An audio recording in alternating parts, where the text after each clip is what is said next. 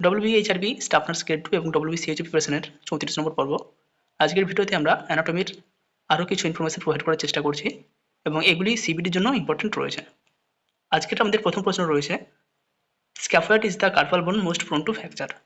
আমাদের প্রত্যেকটি হাতে 8টি করে কার্পাল বোন রয়েছে, ডান হাতে 8টি এবং বাম হাতে 8টি। এর মধ্যে যেই স্ক্যাফোয়েড বোনটি রয়েছে সেটা খুব সহজেই ভেঙে যেতে পারে।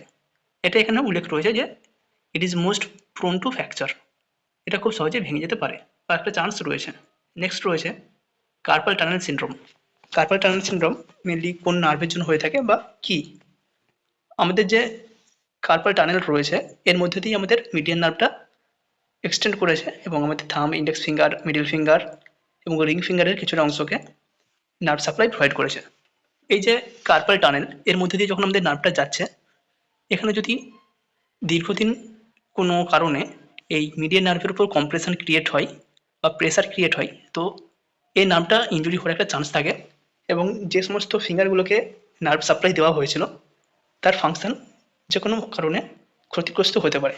তো এই কন্ডিশনটাকে বলা হচ্ছে কার্পাল টানেল সিনড্রোম। নেক্সট রয়েছে ক্ল হ্যান্ড। ক্ল হ্যান্ড মেনলি আমাদের আন্নার নার্ভে যদি কোনো ইনজুরি হয়ে থাকে বা প্রেসার ক্রিয়েট হয়, যেমন আমাদের মিডিয়ান নার্ভে হয়েছিল, সেক্ষেত্রে আন্নার নার্ভে কোনো ইনজুরির কারণে আমাদের ক্ল হ্যান্ড হয়ে যেতে পারে। নেক্সট রয়েছে বেলস পলিসি। আমাদের সেভেন্থ যে ক্রেনিয়াল নার্ভ রয়েছে, সেই সেভেন্থ ক্রেনিয়াল নার্ভ অর্থাৎ আমাদের ফেসিয়াল নার্ভ, যে যার মেন কাজ আমাদের ফেসিয়াল এক্সপ্রেশন করা, তো এই নার্ভে যদি কোনো কারণে ইনজুরি হয়ে থাকে সেক্ষেত্রে আমাদের ফেসের একটা প্যারালাইসিস হতে পারে এবং যে সমস্ত মাসেলগুলো রয়েছে তারা প্রপার ফাংশন করতে পারবে না। এই কন্ডিশনটাকে বলা হচ্ছে বেলস পলিসি। মেনলি এটা সেভেন্থ ক্রেনিয়াল নার্ভে যদি কোনো ইনজুরি হয়ে থাকে তখন এই কন্ডিশনটা ক্রিয়েট হতে পারে। পরের প্রশ্ন রয়েছে cubital tunnel syndrome. Carpal tunnel syndrome আমরা দেখেছি, এটা আমাদের রিস্টে লক্ষ্য করা যায় মিডিয়ান নার্ভ কোনো কারণে ইনজুরি হলে। কিউবিটাল টানেল সিনড্রোম এটা আমাদের আন্নার নার্ভ যদি কোনো কারণে ইনজুরি হয়ে থাকে বা কোনো কারণে প্রেসার ক্রিয়েট হয়ে থাকে সেক্ষেত্রে এটা হতে পারে। এলবো পাশ দিয়ে আমাদের আন্নার নার্ভ রেডিয়েট করেছে, তো এই জায়গায় যদি কোনো কারণে প্রেসার ক্রিয়েট হয়, এলবোতে যদি যে কিউবিটাল টানেল রয়েছে সেখানে কোনো কারণে প্রেসার ক্রিয়েট হয়, তাহলে আমাদের এই কিউবিটাল টানেল সিনড্রোম লক্ষ্য করা যেতে পারে। এরপর রয়েছে আমাদের স্যাটারডে নাইট পলিসি বা রিস্ট ড্রপ। আমাদের রেডিয়াল নার্ভ আমাদের আর্ম, ফোরাম এই জায়গায় নার্ভ সাপ্লাই করে থাকে।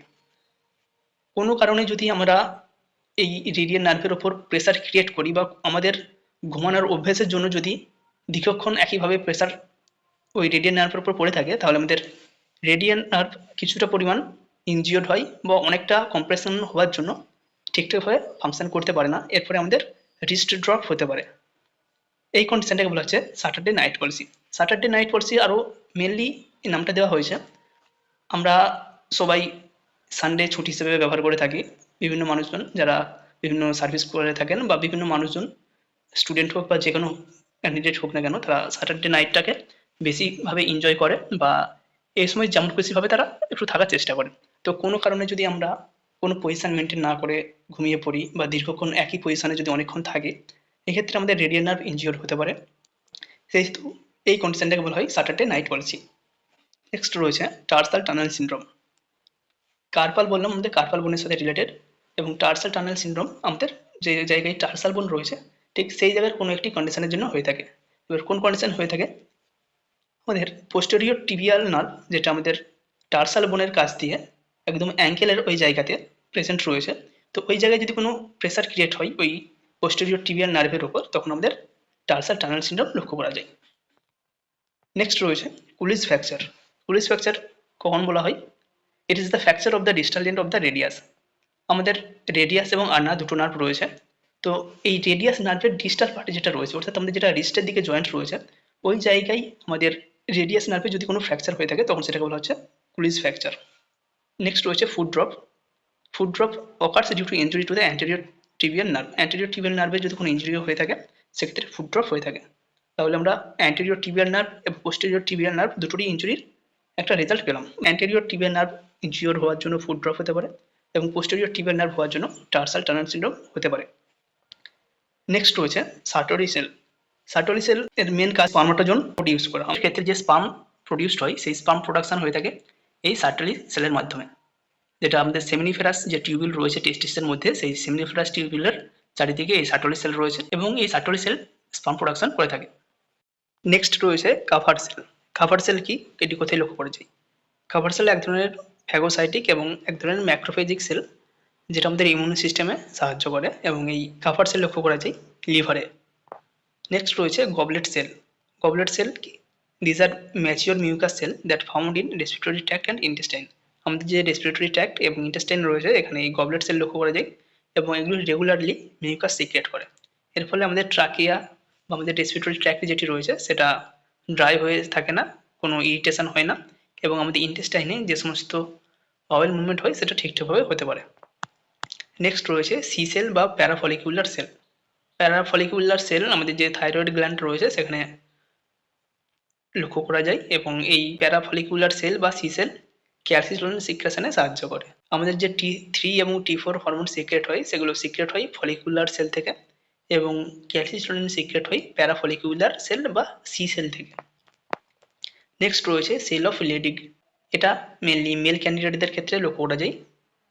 যে আমাদের টেস্টিসের মধ্যে সেমিনিফেরাস টিউবিউল রয়েছে, এই টিউবিউলের মধ্যে লেডিগ সেল লক্ষ্য করা যায়, এবং এই লেডিগ সেল পুরুষদের ক্ষেত্রে টেস্টোস্টেরন হরমোন সিক্রেট করে after puberty. Schwann cell. Schwann cell লক্ষ্য করা যায় যে সমস্ত নার্ভে মাইলিন সিট রয়েছে সে সমস্ত নার্ভগুলোতে লক্ষ্য করা যায়, এবং এই মাইলিন সিট মেনলি লক্ষ্য করা যায় যে সমস্ত পেরিফেরাল নার্ভ ফাইবার রয়েছে সেই পেরিফেরাল নার্ভের ওপরেই। নেক্সট রয়েছে circle of Willis. Circle of Willis কি? আমাদের যে ব্রেন রয়েছে সেখানে ব্লাড সাপ্লাই নিয়মিত প্রয়োজন রয়েছে। কোনো কারণে যদি ব্লাড ফ্লো বন্ধ হয়ে যায় বা কোনো কারণে রাপচার হয়ে যায়, সেক্ষেত্রে আমাদের ব্রেনের ফাংশন ডিস্টার্ব হয়ে থাকে। মেনলি এই কারণেই আমরা দেখি কোনো পেশেন্টের যদি ইসকেমিক স্ট্রোক বা কোনো পেশেন্টের যদি স্ট্রোক হয়ে থাকে সেক্ষেত্রে তার ব্রেনের ফাংশন হ্যাম্পার হয়ে থাকে। এবং আমাদের এই যে ব্রেনকে ব্লাড সাপ্লাই দিয়ে থাকে, এই ব্লাড সাপ্লাই দিয়ে থাকে একটি মাত্র কোনো আর্টারি নয়, একসাথে কয়েকটি আর্টারি মিলিতভাবে এই ব্রেনকে ব্লাড সাপ্লাই দিয়ে থাকে। তো এক্ষেত্রে যদি কোনো একটি আর্টারিতে ব্লক হয়ে থাকে বা কোনো একটি আর্টারি যদি কোনো কারণে ব্লাড সাপ্লাই বন্ধ করে দেয়, সেক্ষেত্রে বাকি যে সমস্ত আর্টারিগুলো রয়েছে যেগুলো ব্রেনের মধ্যে ডিস্ট্রিবিউটেড রয়েছে, তারা কোনো না কোনোভাবে ওই ব্রেনের পার্টে ব্লাড সার্কুলেট করে দেবে। এই যে একটা সার্কেল ওয়াইজ বা একটা ডিস্ট্রিবিউটেড আর্টারি রয়েছে, এই ডিস্ট্রিবিউশন অফ আর্টারিকেই বলা হয় সার্কেল অফ উইলিস, এবং এখানে কয়েকটি আর্টারি রেসপন্সিবল রয়েছে ব্লাড সাপ্লাই করার জন্য।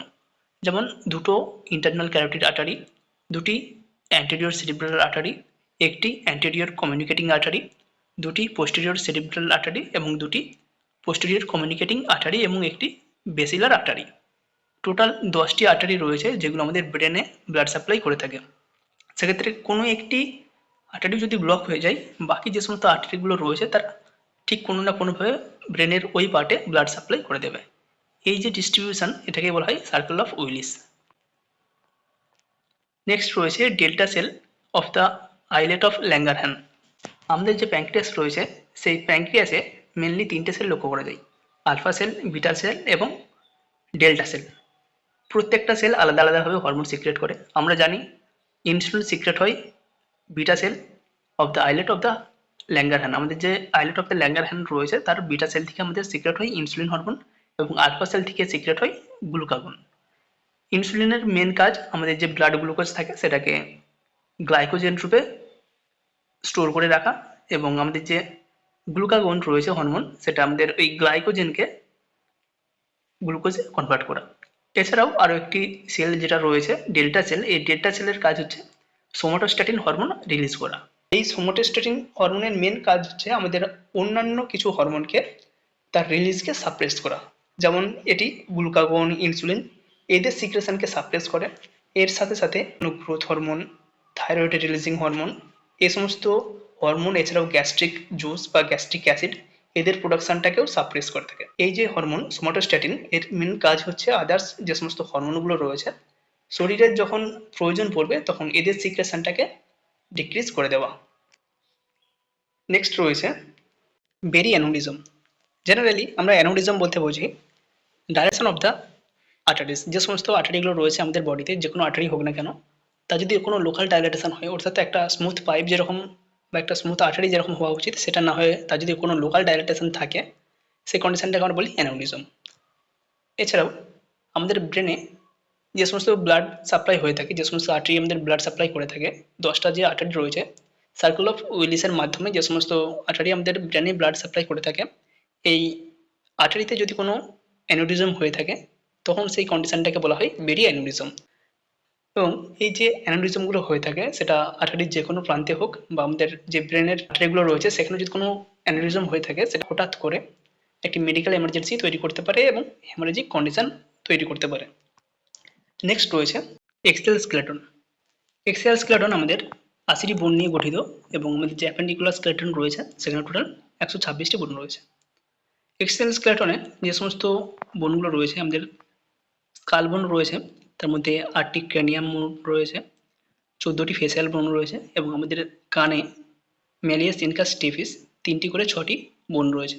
অর্থাৎ আমাদের স্কাল অর্থাৎ হেডে আমাদের রয়েছে টোটাল 28টি বোন, ভার্টিব্রা রয়েছে আমাদের 26টি, 7টি সার্ভাইকাল, 12টি থোরাসিক, 5টি লাম্বার, একটা স্যাক্রাল এবং একটি কক্সিস, টোটাল 26টি ভার্টিব্রা এবং আমাদের স্টার্নাম রয়েছে একটি, রিব রয়েছে 12 পেয়ার অর্থাৎ 12টি 24টি এবং আরেকটি রয়েছে আমাদের হায়োয়েড বোন। টোটাল 80টি বোন নিয়ে তৈরি হচ্ছে আমাদের এক্সিয়াল স্কেলেটন।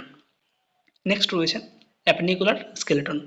অ্যাপেন্ডিকুলার স্কেলেটনে আমাদের টোটাল 126টি বোন রয়েছে। It consist of the shoulder girdle, upper limb, pelvic girdle, lower limb. Shoulder গার্ডেলের আমাদের 4টি বোন রয়েছে, স্ক্যাপুলা 2টি এবং 2টি ক্লেভিকেল। আপার লিম্বে টোটাল 30টি 60টি বোন রয়েছে। পেলভিক গার্ডেলের 2টো বোন রয়েছে, ইনোমিনেট বোন বা পেলভিস বোন, এবং লোয়ার লিম্বে রয়েছে আমাদের 30টি 60টি বোন। টোটাল 126টি বোন দিয়ে অ্যাপেন্ডিকুলার স্কেলেটন আমাদের গঠিত। নেক্সট রয়েছে আমাদের হাই ইন্ট্রাক্রেনিয়াল প্রেসার কজেস প্যাপিলোডিমা, অর্থাৎ ইডিমা অ্যাট অপটিক ডিস্ক। যদি আমাদের ইন্ট্রাক্রেনিয়াল প্রেসার বা আইসিপি বেশি থাকে সেক্ষেত্রে আমাদের প্যাপিলোডিমা বা আমাদের অপটিক ডিস্কে ইডিমা বা আমাদের চোখের প্রেসার বাড়তে পারে। নেক্সট রয়েছে spina bifida occurs commonly in the lumbar region. Generally বাচ্চাদের ক্ষেত্রে এই কন্ডিশনটা বেশি লক্ষ্য করা যায়। বাচ্চার যখন গ্রোথ হয় সেক্ষেত্রে যদি কোনো প্রবলেম থাকে বা বাচ্চা যদি নিউরাল টিউব ডিফেক্ট থেকে থাকে স্পাইনা বাইফিডা হতে পারে। মেনলি ফলিক অ্যাসিড ডেফিসিয়েন্সির জন্য স্পাইনা বিফিডা বা নিউরাল টিউব ডিফেক্ট হতে পারে। Portal vein does not contain a valve. Portal ভেনে কোনো ভাল্ব থাকে না। আমাদের সারা শরীরে লোয়ার বডিতে যে সমস্ত ভেনগুলো রয়েছে প্রায় প্রত্যেকটাতেই ভাল্ব রয়েছে, এতে ব্লাড ঠিকঠাকভাবে আমাদের হার্টে রিটার্ন করে। যদি ভাল্বগুলো না থাকতো তাহলে আমাদের যখন আমরা স্ট্যান্ডিং থাকতাম সেক্ষেত্রে ব্লাড আমাদের লোয়ার পোর্শন থেকে হার্টে ব্যাক করতে পারতো না। আমাদের বেশিরভাগ ভেনেই ভাল্ব রয়েছে, শুধুমাত্র পোর্টাল ভেনে কোনো ভাল্ব নেই। নেক্সট রয়েছে McBurney point is located at the mid point of the line extending from the anterior superior iliac spine to the umbilicus. McBurney point আমরা অলরেডি আগেও আলোচনা করেছি। এই জায়গাতে যদি কোনো পেন হয়ে থাকে সেক্ষেত্রে আমরা অ্যাপেন্ডিসাইটিস একটা ইন্ডিকেশন পেয়ে থাকি। বাট ম্যাকবার্নি পয়েন্ট কোন জায়গাটাকে বলা হয়? আমাদের যে আম্বিলিকাস রিজিয়ন রয়েছে সেই আম্বিলিকাস রিজিয়ন থেকে আমাদের যে পেলভিস বোনে অ্যান্টিরিয়র সুপিরিয়র ইলিয়াক স্পাইন রয়েছে সেই বরাবর যদি আমরা কোনো ইমাজিনারি লাইন ড্র করে থাকি তো এই যে লাইনটা বা এই যে রিজিয়নটা এই জায়গাটাকে বলা হয় ম্যাকবার্নিস পয়েন্ট।